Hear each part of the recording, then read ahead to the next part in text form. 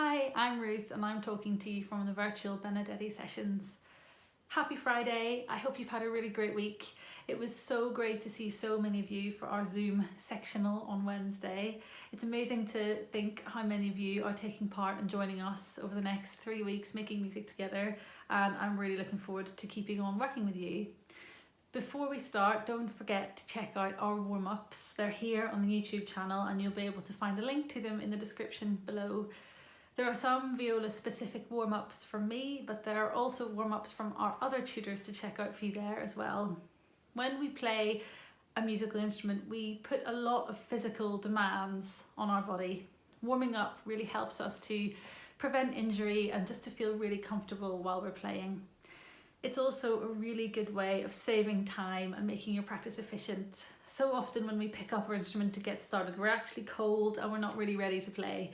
And by warming up, you're going to make the most of every minute of your practice time. So it's really worth spending some time doing that.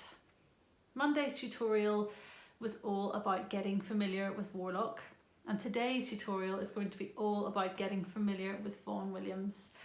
A special arrangement has been made for the virtual Benedetti sessions and we are going to be looking at that today. All of the groundwork that you put in now, getting to know the basics about the key signature, the time signature, spending time thinking about that and the character of the piece, the kind of bowing that you're going to need to use, all of that groundwork will really pay off in the long run when you're learning to play this as musically and expressively as possible. Let's get started. Vaughan Williams wrote this amazing piece in 1910. He was an English composer, and when he was a young man, he was asked to edit the new edition of the English hymnal. This is probably where he came across this amazing hymn tune by Thomas Tallis. Thomas Tallis was another English composer who was alive in the 16th century, and he was well known for writing choral music and hymns. Vaughan Williams loved this melody so much that he based this whole work around this amazing hymn tune. Have a listen to it now. Why fumes in fight, the Gentiles fight, in fury raging stout? Why takes in hand the people formed vain things to bring about? The kings arise, the laws devising, counsels met thereto. Against the Lord with force accord, against his Christ they go.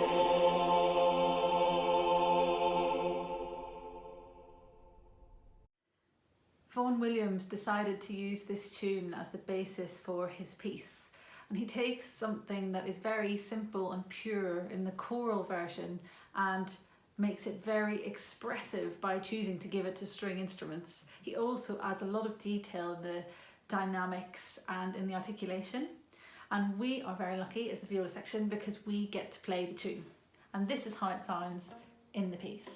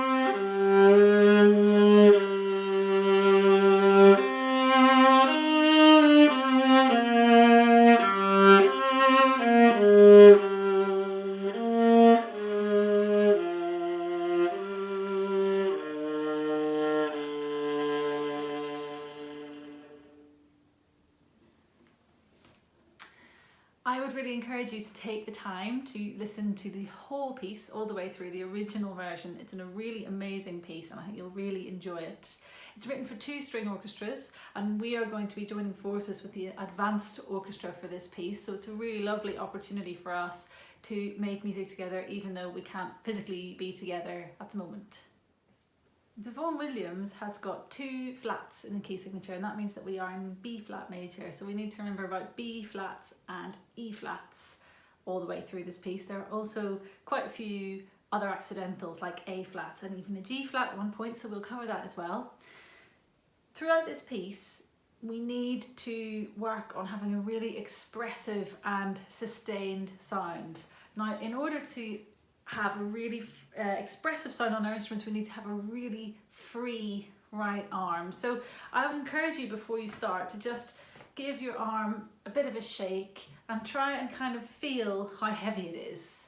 It's really heavy, it's much heavier than your bow, and when you have your bow on the string, actually you don't really need to hold with your hand because your instrument is holding your bow and your arm is nice and heavy, so your fingers are actually really free to move and that really helps. So let's just take our bow arm now and I'd just like to do a little bit of practice of painting a wall like this. So your fingers are the bristles of the brush and they're moving up and down like that, and then you can gradually turn that onto its side and you will have something that's a little bit like bowing with really free and loose fingers, and that is the kind of bowing that we're going to go for now. So we're going to warm up playing B flat major scale and we're going to do one of my favourite exercises for getting through the bow, and this is long caterpillar. So we're going to start at the heel and we're going to go all the way out to the tip and we're going to do a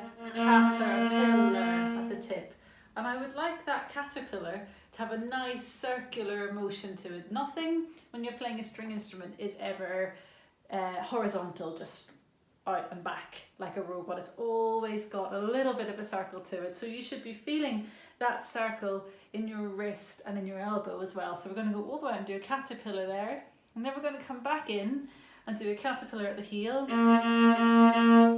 Now the only way to make that happen without getting a crunch is to have really nice free fingers. If you've got tight fingers, then you're going to end up with a really horrible sound there. It also helps to tilt the bow a little bit at the heel, and that can help you to get a really ringing sound. Now if you're finding it quite hard to move your fingers on the bow, it might be because you're holding on a bit too much just with your fingertips, or it might be because your fingers are a bit too close together or a bit too spread out. So try to make sure before you start playing that everything is nice and round on your bow, so you've got a rounded pinky finger and a rounded thumb. Okay, let's try some long caterpillars on a B flat major scale. 1, 2, 3, 4.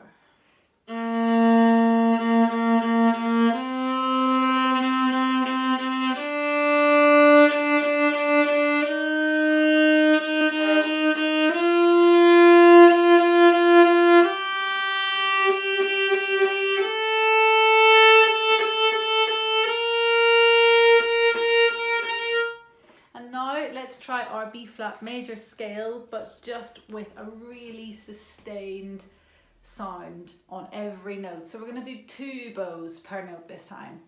1, 2, 3, 4.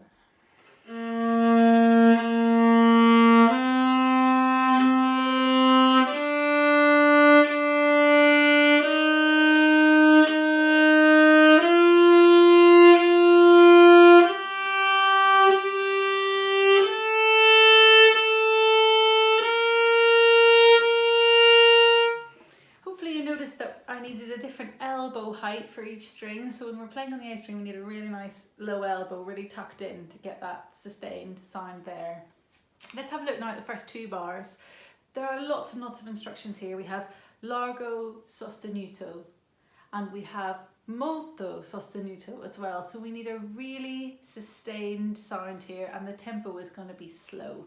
We also have PP, which you'll know means pianissimo, which means really quiet. So we need somehow to have a sustained sound that's quiet and also slow. So it's quite a lot of things to remember. So to start with, we're going to start in an up bow, and we need to have a tilted bow that is over the fingerboard. Let's try playing those first 2 bars now. Just watch out for the A flat and the G flat, which aren't in the key signature. 1, 2, 3, 4.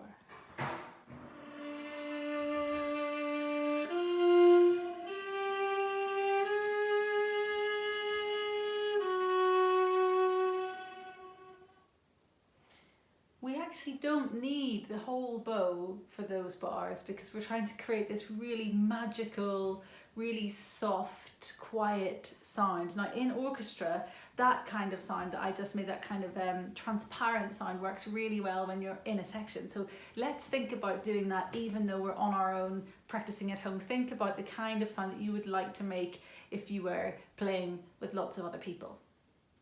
Straight away, after this slow, quiet, sustained opening 2 bars, we move on to another technique, which is pizzicato. So that means that we're not playing with the bow anymore, we are going to be plucking. And I have a few top tips about plucking. So here you can either set your bow down and lift it up again. That's one way of doing things. That might be a little bit tricky because we haven't got all that long to get ready. So the other thing you can do is that you can hold your bow in a fist like this. Don't have to worry at all about your bow hold. And then if you give me a thumbs up, you can put that on the corner of your fingerboard, and then with your other finger you can point and you can use that finger to pluck. And that's a really nice secure way for you to be able to pluck here. Vaughan Williams gives us an awful lot of instructions here again. He tells us that we should be playing piano, which as you know means soft and quiet, and also molto pesante, which means very heavy. So we want to have a really beautiful, round, heavy pizzicato feel here. So nothing too light. I have a few top tips for pizzicato. First of all, we want to avoid the sound of our nails here. So try to make sure that your nails are nice and short. That's really important for both hands, for all string players, because if we do use our nail, we get this sound, which is quite a harsh sound. It sounds a little bit like a plectrum plucking guitar, and that sound is possibly great for some pieces, but for this piece we want something much softer than that. And for that we're going to use the pad of our finger, and we're going to play right over the fingerboard. So don't be afraid to really get over the fingerboard, not just a little bit. You can really be quite far up and you will find you make a really nice rounded sound. So let's just play that bit together after 2. 1, 2.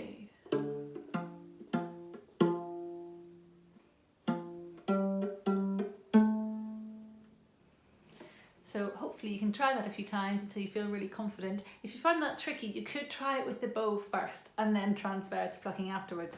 The other thing that you can do to make your pizzicato really round and really ringing is to do some vibrato as well. That really helps. So hopefully you can experiment with that until you find the right kind of ringing sound that we're after here. After those pizzicato bars that we have, we pick up the bow again and we play the main tune. I'm not going to talk an awful lot about the main tune today. I'm going to talk about that in our Zoom sectional and probably in my next tutorial as well. But I just wanted to give you a little tip to get you started off, which is that if you play this in second position, it really helps. So you can find second position by putting your first finger where your second finger normally goes. Now remember, we've got B flats in this piece, so it's going to have to be finger 1 on a B flat, and that means that the first note of the tune is 3 on C, where G is, and you can actually play this whole melody in second position. That's just one option, that's just one fingering option you can do. There are lots of other ways to do it out there, but I find that really helpful and might be something that you would like to experiment with this week. I hope you enjoyed getting to know this wonderful piece by Vaughan Williams today.